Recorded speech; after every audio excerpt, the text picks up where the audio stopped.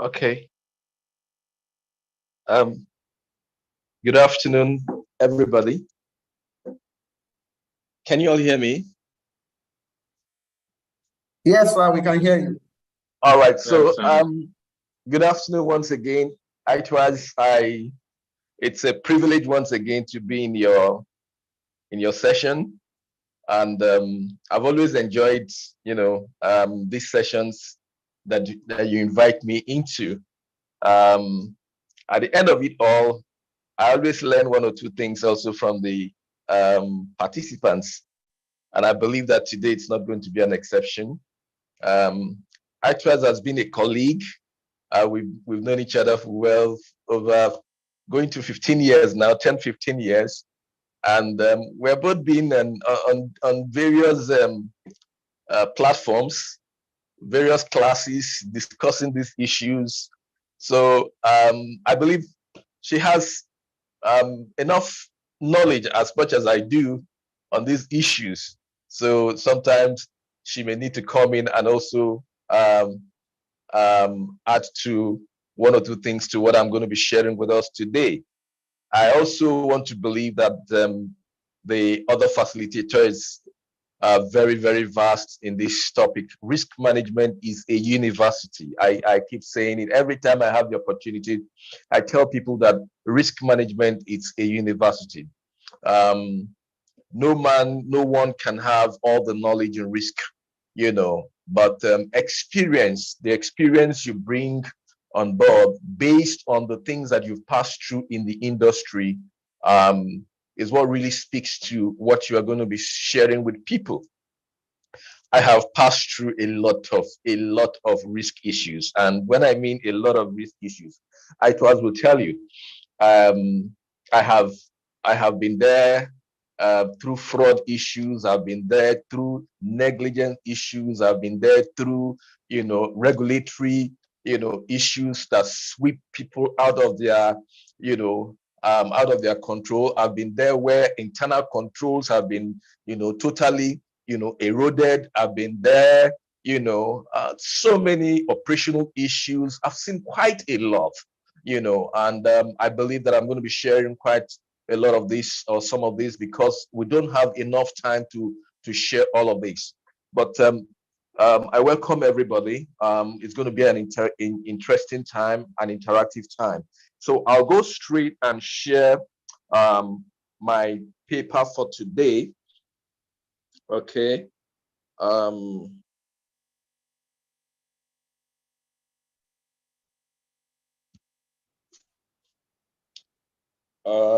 just a moment.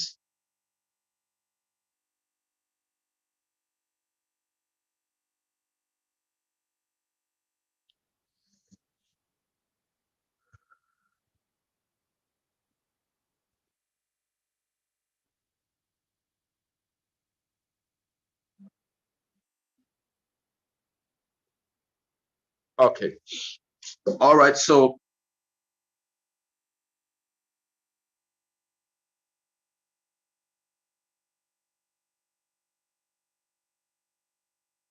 good.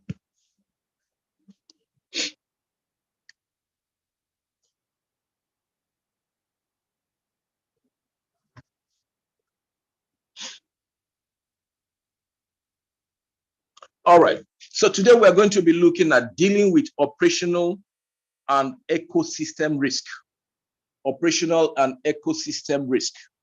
Can we all see the slides? Can we all see my slide?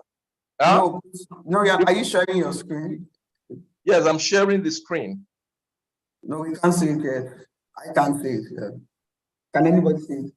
We can't see it. So. Okay, hold on. Let me.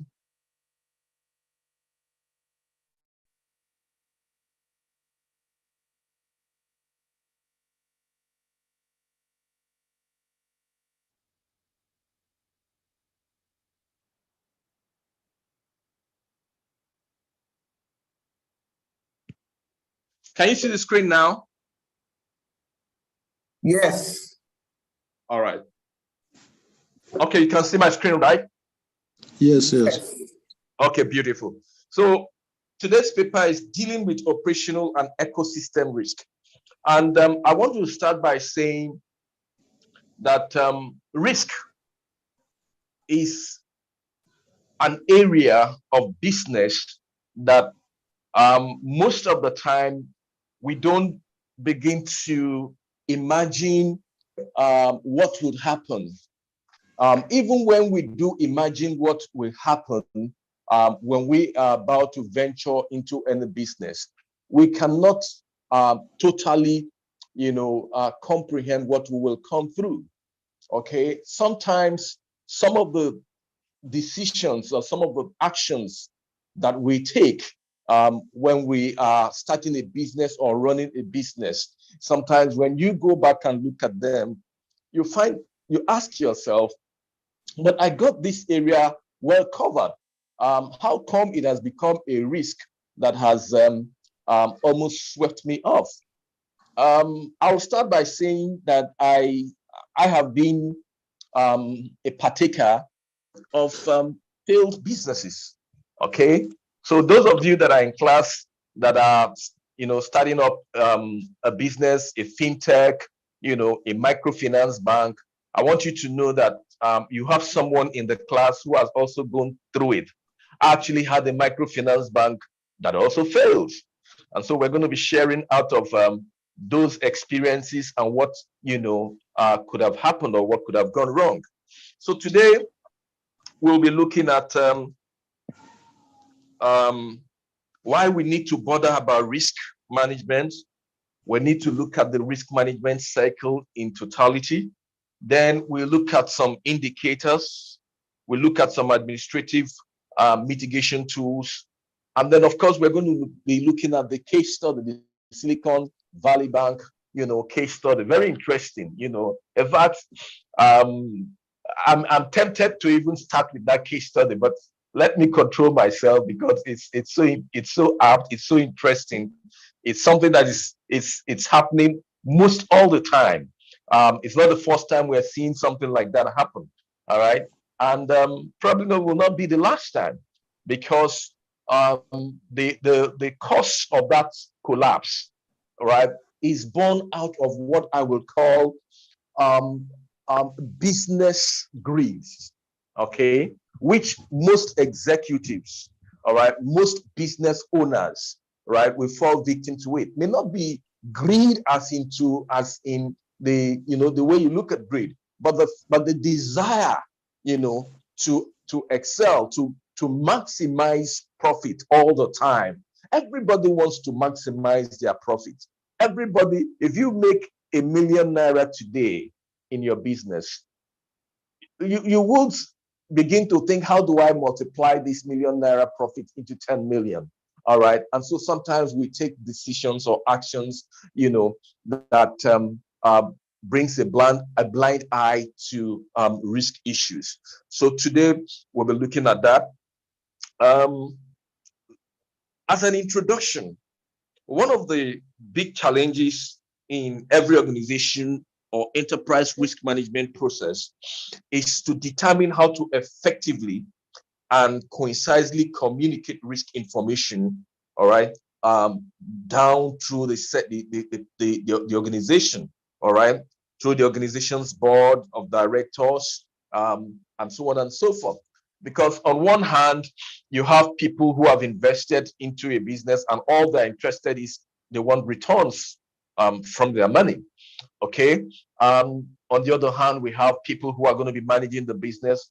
And then on the other hand, we have players, that are going to be part of the family of that business. So you must be able to know how to carry everybody along, be able to let everybody know that, okay, while it is desirous to, go bring and achieve this result, there might be some need for caution in some areas. I have not seen I've not seen a board, right, that will be so uh, happy to a management that comes and says, you know what, because of the risky nature of the market now, I think our profit position that we made last year will be lower this year. Very few board will take that from you. They probably will say, what are you talking about? I mean, go and make sure that you deliver profit, deliver dividends, and on and so on and so forth. And so that leads us to this slide that I normally share with people. And I say, if you look at this slide, it's become my signature tune on risk management, and I've asked people, what do you think is really happening here? Every time I look at it, I say, what is happening here? And it brings me back to the way business drivers drive their business. So maybe I should open this class up a bit and let me hear one or two people's comment as to what you think is happening here. If you've been in my class before and you've seen this slide, please do not say anything. I like us to give the benefit to people that have not seen these slides before, and so we can kind of begin to prick our minds as to what is really happening here. So, does anybody know what this signifies? Or putting it better, this man is going somewhere, but underneath him are things that can swallow him, but he's taking the risk. He's moving on with this risk. He's comfortable doing it. So why do you think this man is taking on this journey? Does anybody know?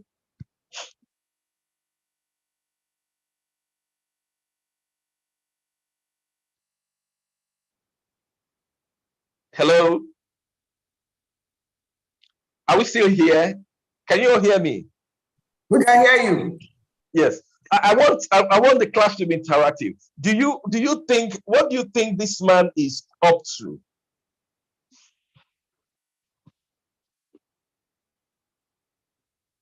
What are the questions for the poll? Sorry? Hello, can you speak out?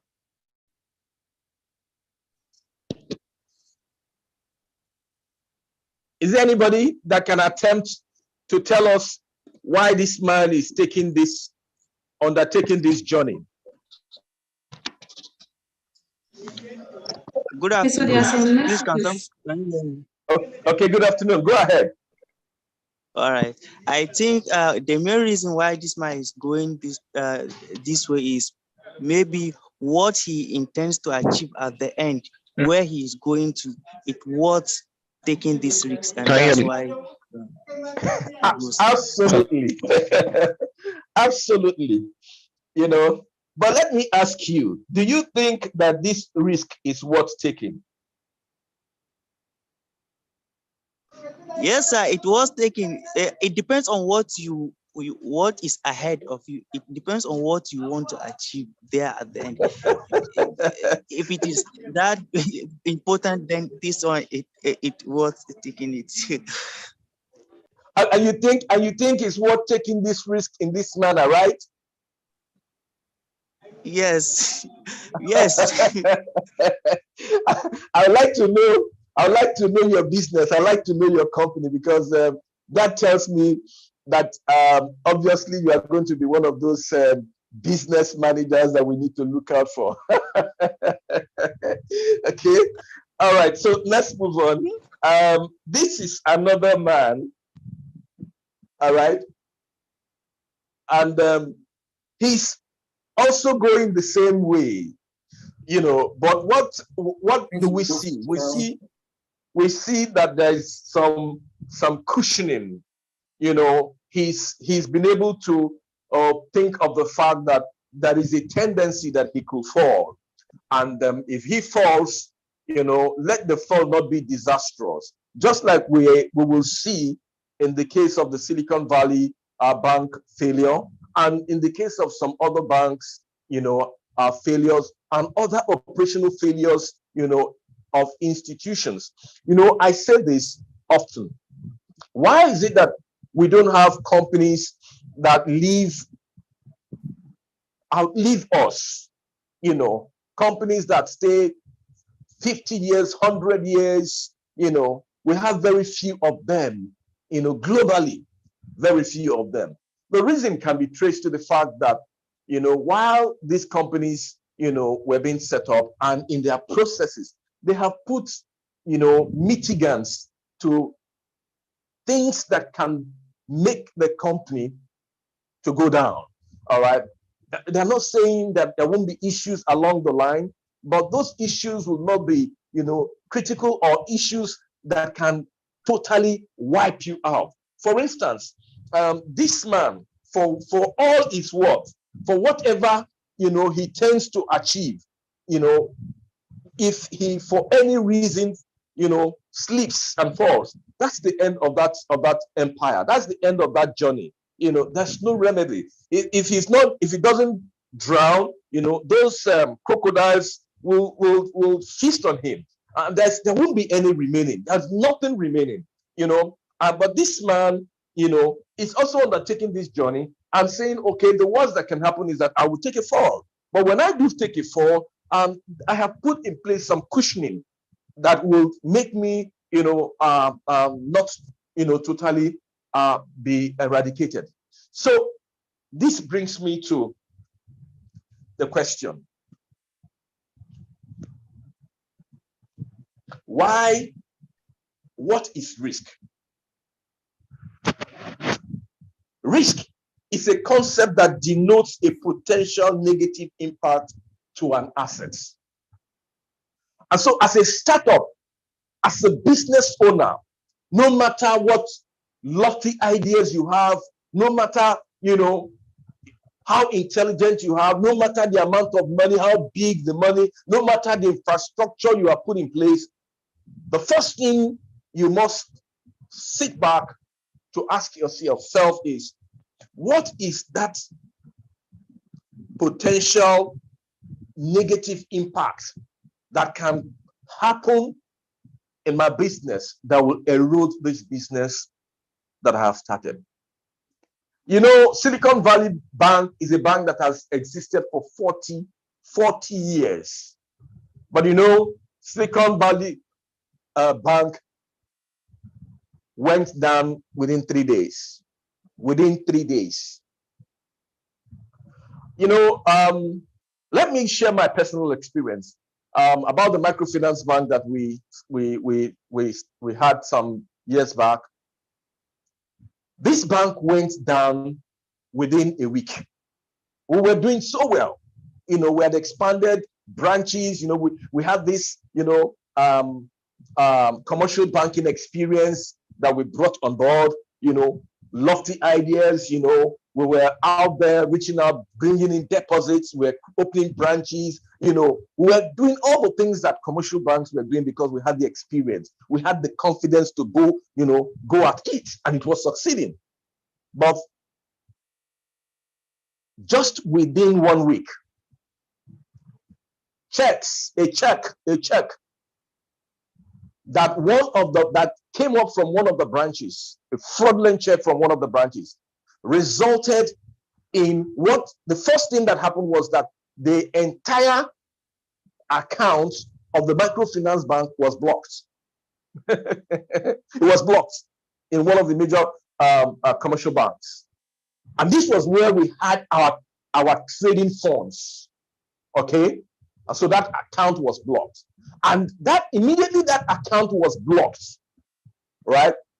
We were rendered inactive because we could not service our customers. All right. Within 1 week, the whole bank was turned upside down within a week. We never envisaged that a situation will come, or a situation will arise where the bank's account will be frozen, and the major bank account will be frozen by one bank. If we had known, we probably would have opened several banks, shared our funds, various places, if we had known. But this is position of hindsight.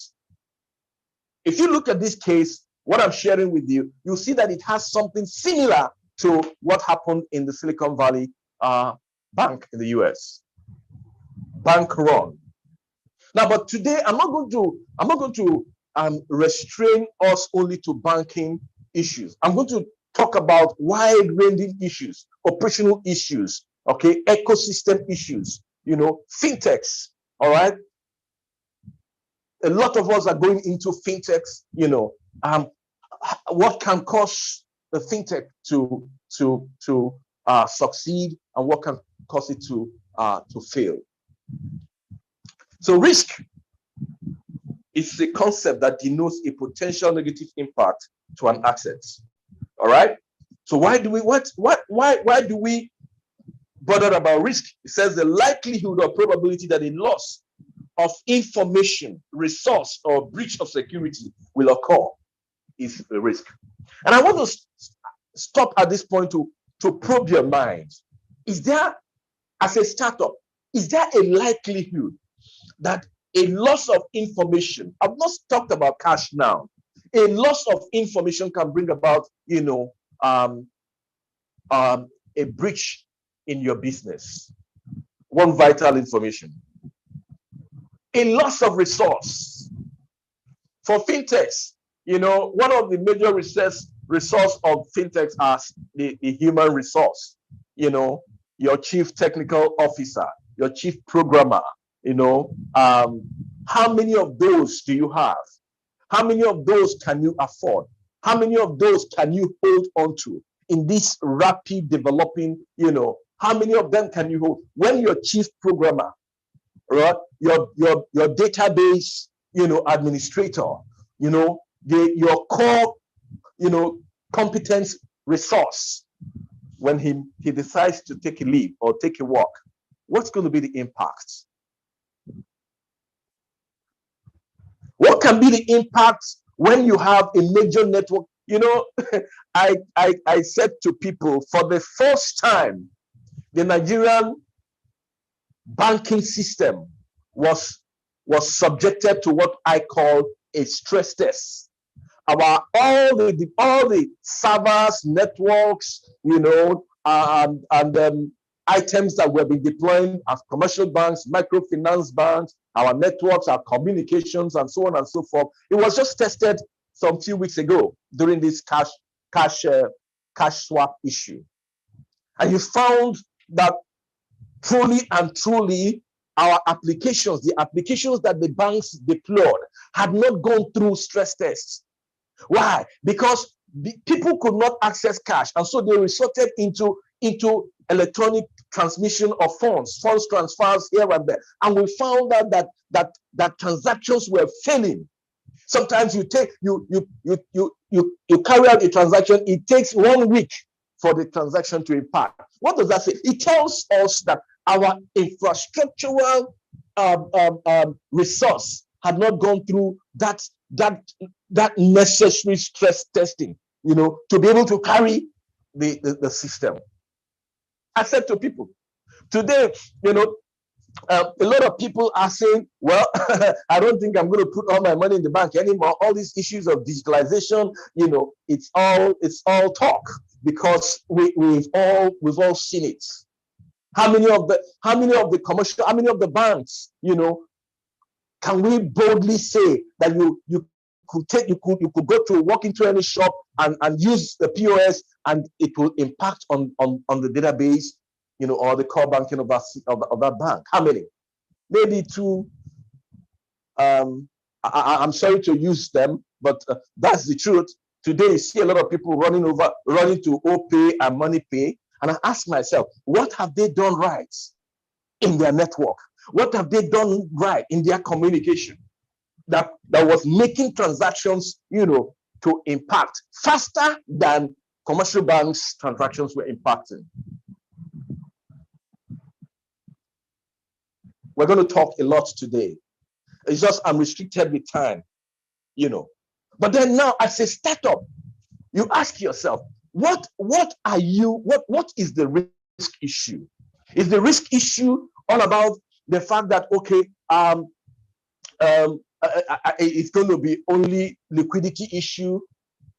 No, a lot can cause, a system collapse. All right.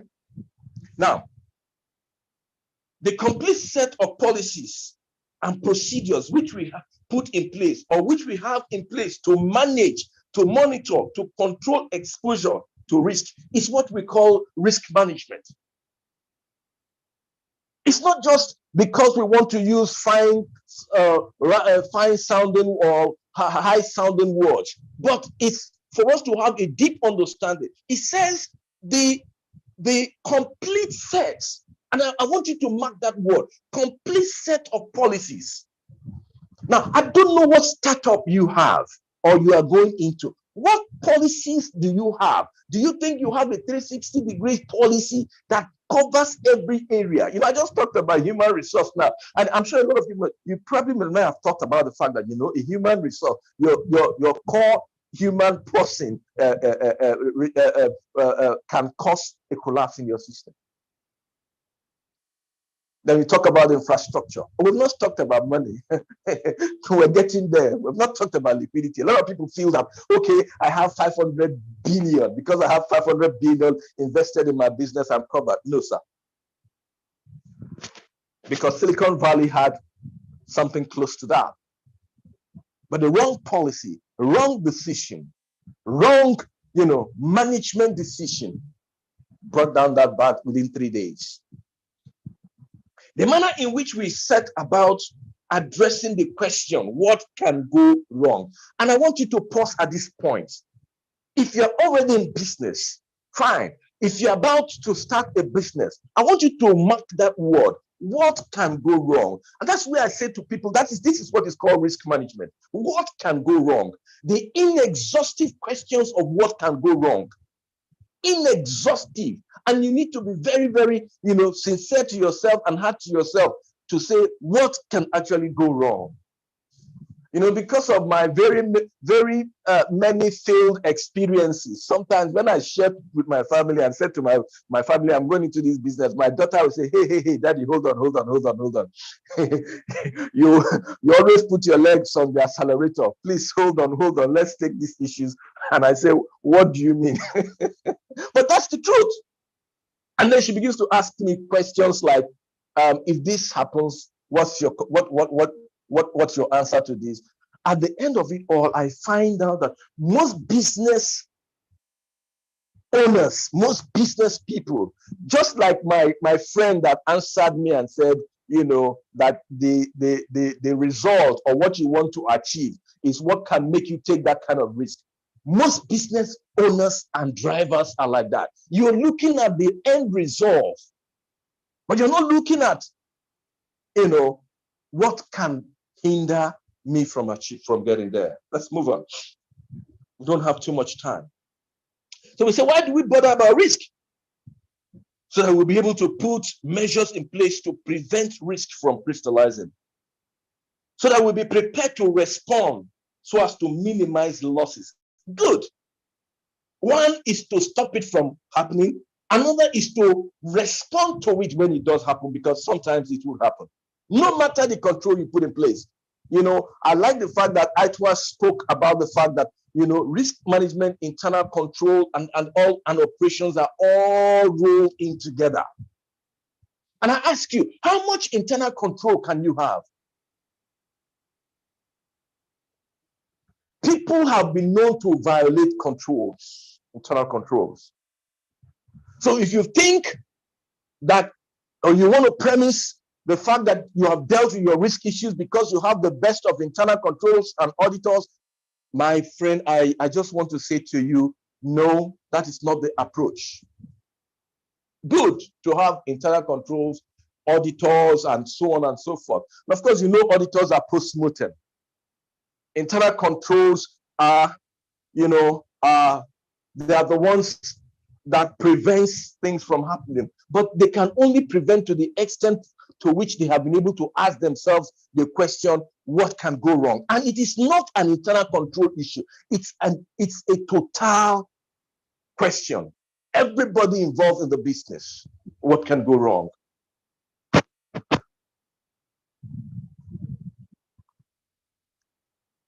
Okay.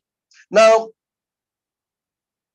we're going to look at risk management from these 4 quadrants, and I'm going to major on the 2 quadrants. I believe the second facilitator will also touch the other 2.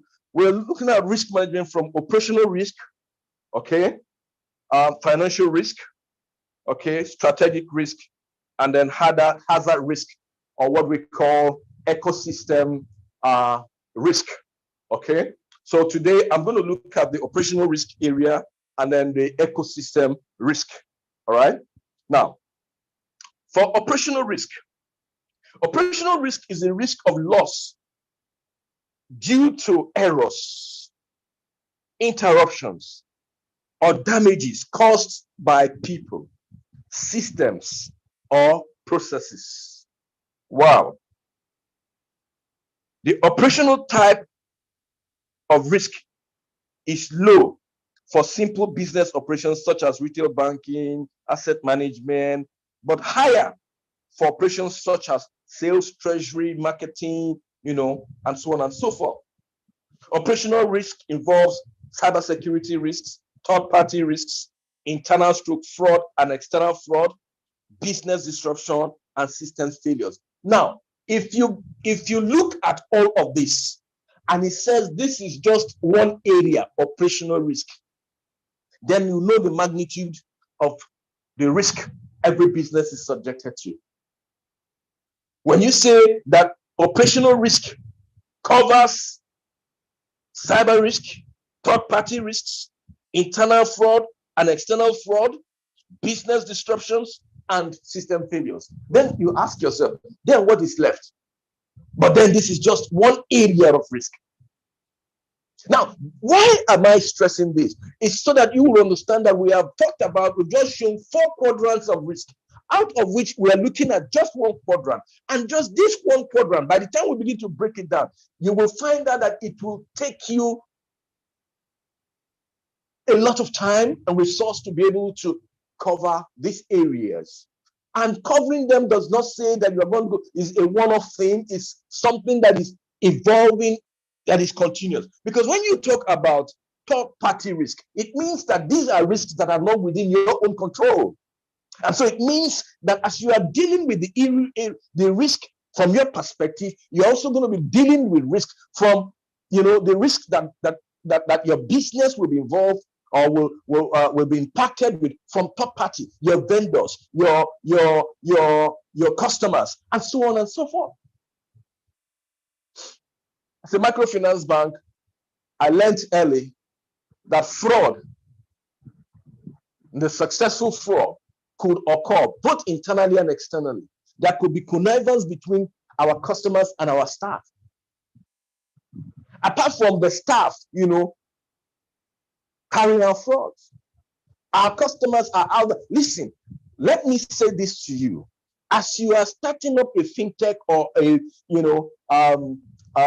financial institution or any business, I want you to know that there are people out there that are looking for a way to defraud you. So you have the first major risk. Once people know that there is money somewhere, sitting somewhere, there are some fraudulent people that are looking how to lay their hands on those funds. And that's why you ask yourself, sometimes have you asked yourself, some of these young men that parade themselves as Yahoo boys and so on, what goes on in their minds? There is no iota of moral that says, why should I want to take what does not belong to me? If 70% of our youth today, right, does not have that iota of moral to say, I do not have to go seeking for ways to take money that does not belong to me, then you can imagine the amount of risk you are going to be facing from day one, knowing that once people know that there is funds, there's cash somewhere there, they're looking for how to lay their hands. That's just an area, third party. And I'm asking you, how much are you going, how much are you going to put in place? What are you going to put in place to deal with just this segment? And we're talking about doing that in a digital environment. As a fintech, You know, there are people out there that wants to take money off your platforms. Okay, they did that in our they did that in our various systems, and they are doing that continuously. So you begin to imagine, you know, what we are going into. As a fintech, all right, you want to be able to come up with solutions that are robust, that are secure, you know, that, you know, platforms that run from one end to the other, secured. But then again, you know that there are hackers, there are people there, you know, whose duty and take and pride is in the fact that they want to be able to, you know, invalidate your system. We're talking about risks. Internal fraud. You know, it's amazing. Today, if I say this out, you know, I normally say this for every second as we speak now. If you know the amount of fraud that is going on right now in every single bank